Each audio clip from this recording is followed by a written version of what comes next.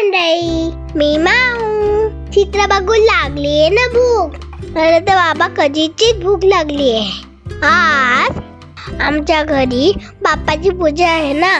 मम्माने तूप गरम करून त्यावर रवा घातला.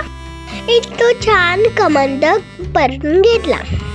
किती खमंग सुगंध सुटलाय ग मम्मा.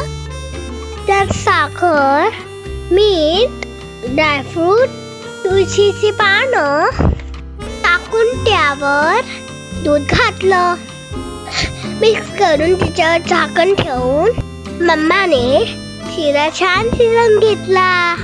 माझ्या तर तोंडाला बाबा खूपच पाणी सुटलेलं.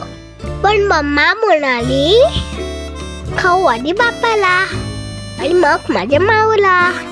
आमच्या घरी पूजेला नक्की या. तुम्ही पण बाप्पासाठी नक्की खाऊ बनवा. Bye bye friends. चालली पूजेची तयारी करायला.